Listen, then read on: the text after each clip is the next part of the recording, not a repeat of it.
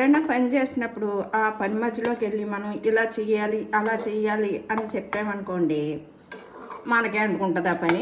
నాకు ఈ రోజున అలాగే జరిగింది.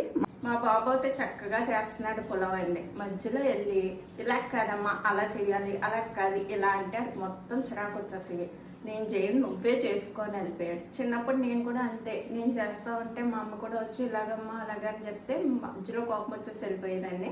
సేమ్ నా కొడుకు నాకులాగే తయారయ్యాడండి. ఆడు కూడా అంతే. ఇప్పుడు అర్థమవుతుంది పెద్దవాళ్ళు ఎందుకు చెప్తారా అనేసి. ఇప్పుడు మా వాడు కోపం ఇచ్చుకుంటే నాకు అర్థమైంది, ఓహో మన తల్లిదండ్రులు అలా చెప్తే వినలేదు కదా. ఈ రోజు నాకు అదే వచ్చిందన్నమాట.